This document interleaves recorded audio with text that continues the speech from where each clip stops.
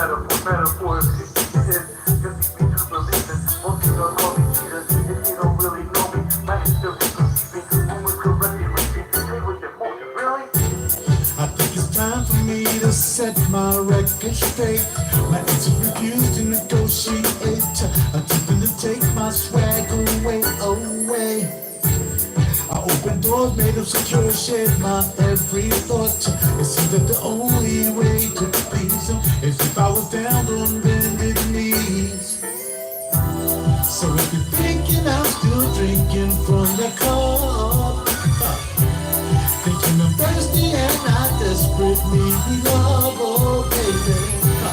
Well, I can guarantee you, girl, I'm not a fool.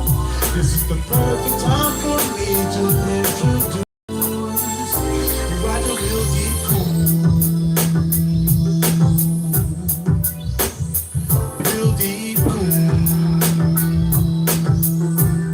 And what is poppin'? Hope everybody's doing well. I know everybody is like going through some things right now, and I can understand it. This is not a cool time, but it's gonna be as cool as you want to, because again, if you have faith, you have no fear. If you don't have no faith, you have fear. A lot of people claim out there they have faith, but they all fearful. But we're not talking about those today. We're going to be on a positive level today. We're not going to be ranting about anything. Disinfectant spray. Wipes. Wipe down your disinfectant spray, just in case.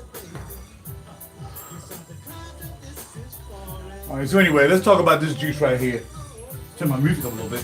I gotta get ready to go and mail out some packages. So to those who are expecting packages, they are on their way out the door today. Robert, Gene, and who else was it? Robert, Gene, and man, I can't forget your name. I'm sorry, I ain't forget your name. I know your name, but just I'm thinking about I think about 500 things at one time.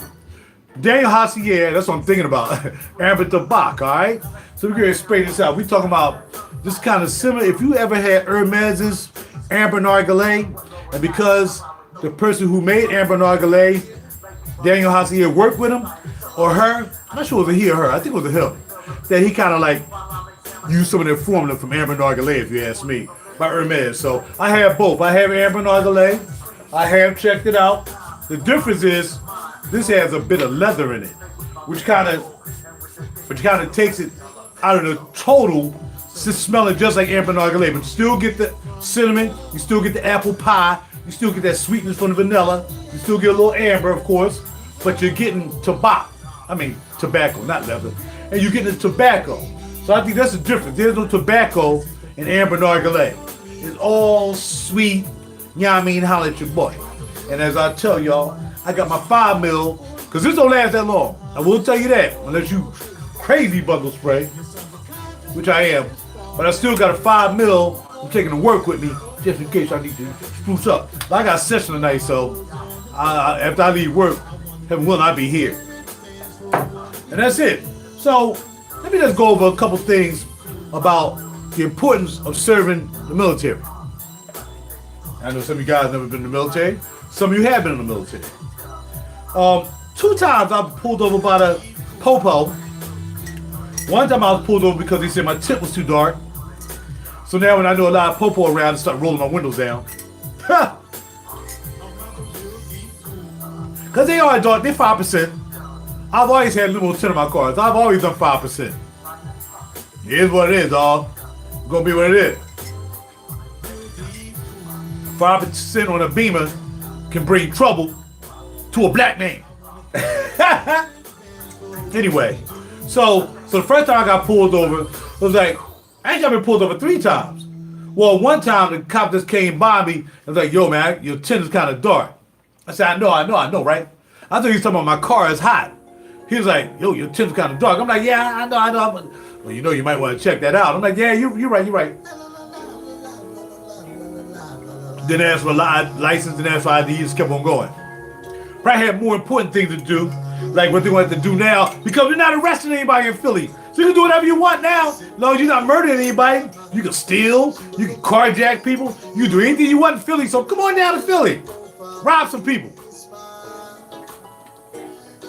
That is ridiculous. That's totally ridiculous.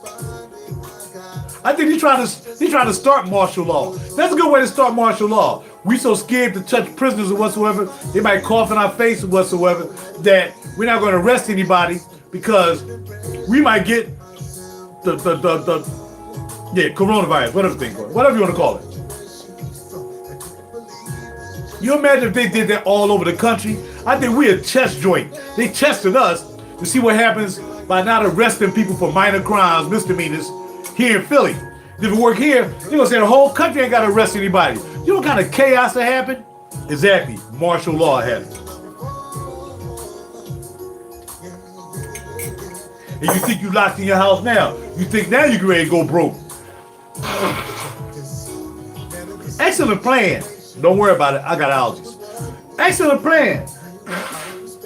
If you're a globalist and are you trying to knock off a whole bunch of people at one time, you got your little virus thing happening, you got your little flu thing happening, and now you let people do whatever they want to do. Now you can start locking up everybody, but now that you're locking up everybody, now it's martial law. Now nobody got a job, I'm broke, I got a whole bunch of studio stuff, but I'm broke because I can't pay for it, and now I'm broke, everybody ain't got no money, everybody broke, and then they move you down to Walmart in them FEMA basements, and in them caves that the elite gonna be, and then you'll be a slave for the elites and for the Walmart people whenever they need somebody. Look, we need somebody to play some music.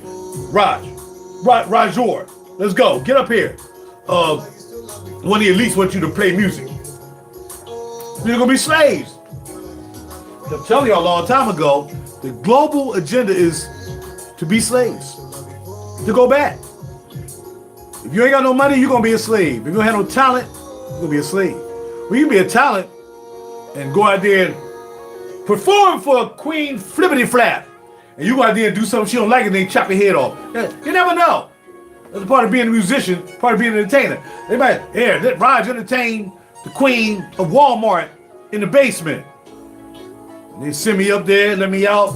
I'm happy, yeah, at least I get to get out this Walmart cage or this FEMA camp to entertain this queen.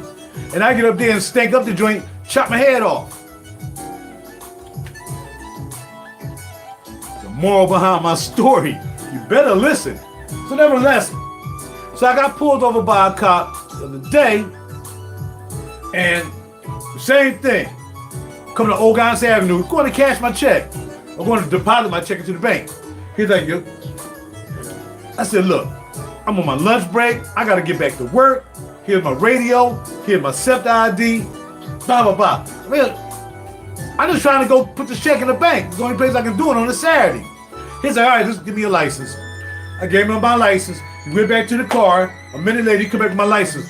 All right. You know what I mean? But the tin is kind of dark. I say, I know. I'm going to jump on him and scrape that thing off. You know, I'm going to blah, blah, blah, blah. All right, take care. And they flew off in front of me and went on about their business. I went and deposited my check. Bam. But the main thing they looked at, I ain't going to tell you yet. So the other night, I was coming home. I was coming down Broad Street. I was going to go up Broad Street to Cheltenham, then make my left. Because there wasn't nobody outside. I said, well, nah, let me still take Ogons, because in Ogons I got a smooth flow. Can get past these dumb lights here. When I get to Ogons, I got a smooth flow right to the spot, right? So I was in this lane, so the cops already pulled somebody else over. So I wasn't really concerned too much, but there wasn't nobody out. I wasn't being dangerous. So I crossed over, 1 lane, 2 lane, left-hand lane, shot on up. Minute later, whoop, whoop, whoop, whoop, whoop. Not again. Here we go at the 10th thing. So I let the windows down real quick. So he walked up to the car. He's like, can you roll down the back window? Roll down the back window. He's like, okay.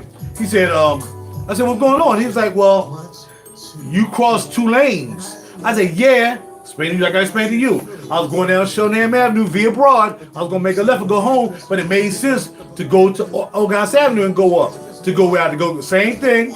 I'm doing this instead of this. You know what I mean? He's like, all right. So I gave him my license. He's like, all right. And I showed him my radio. I always pull my radio out. When the cops stop me, I always pull my work radio out. And then he was like, okay, well, yeah, well, let me see your registration. So he got my registration. He comes back. He gives my license. He gives my registration back. Now, the 2 times I got pulled over, the 1 time that they let me go, was probably because they saw my name RaJuR and they knew they couldn't pull me over. Dog, I'm RaJuR, real deep, cool. What bars? I'm just kidding. But the other 2 times I got pulled over, you know what they said? When I came back and they gave me my license and my registration, you know what they said? Well, one was no registration, it's license. The other was right. You know what they said when they came back? All right, here you go, Mr. Holloman. Thank you for your service. Thank you for your service. Because I put that flag on my license. I served in the United States military. Thank you for your service, Mr. Holloman. They went from pulling me over to saying, thank you for your service, Mr. Holloman.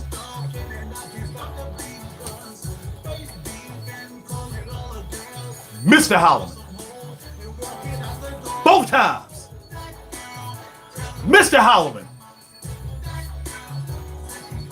Thank you for your service. Y'all better thank me for my service here, talking to y'all and trying to enlighten y'all on some stuff, man. Cause y'all be bugging, dog. How many people died from the coronavirus? How many people died from the flu? Do you know when it gets hot, the coronavirus is gonna go away? The virus can't live in heat. Do you get the flu in the summertime? Some of y'all knuckleheads be getting summer colds. I don't know what y'all be doing. Probably doing some stuff you ain't got no business doing, getting the summer cold.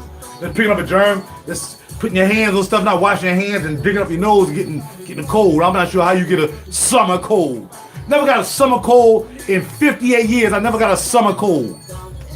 I got a summer cold like that. Really? Seriously? No, you're nasty because you didn't wash your hands. Just admit it, you're nasty because you don't wash your hands. So I'm going to give y'all the metaphor of this situation. I got to go. I got to mail some packages. Here's the metaphor. I'm going to turn the music off. Buy this CD. Buy the CD. It's called the Experience CD. Buy my other CDs. Really cool. Buy Two Faced It. Buy the obvious. Buy my CDs that's on the market.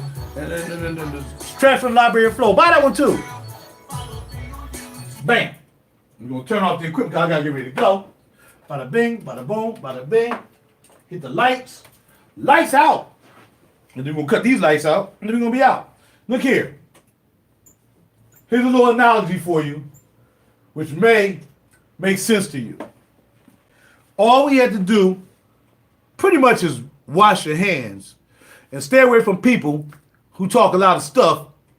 I got a lot of spittle going on. So now, I got to be careful when I'm talking to people. I got to turn this way now. Yeah, I'm going to turn away from people. I do have spittle. I don't want them to get no spittle on their face. Like, oh, snap, dude, this got spittle on my face.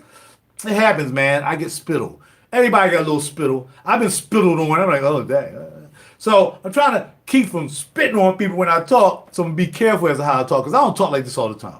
Like my client come in tonight, he's going to be like, yeah, let's do the track all over again. Here's pop. Yeah, that sounds good. There's not going to be a lot of pip, so get that spittle out. No. Wash your hands. Not just wash your hands because it's disease, but wash your hands of all that mess you're doing in your life. Wash your hands of it. Wash your hands of that no good girlfriend, that no good boyfriend who ain't doing nothing for you. Wash your hands of materialistic things. Wash your hands of the way you eat, the way you drink, the way you think. Wash your hands of all that stuff. See, this is a metaphor for you. It's not just wash your hands to try to keep from getting this coronavirus, Wu-Tang Clan virus, the doggone corona beer. I can say what I want to say. I can call it whatever name I want to call it. Tell you about that female talking about, you corona beer, this is serious. Yeah, get out of here. Wash your hands and shut up. You know what I mean? Wash your hands, but wash your hands of everything.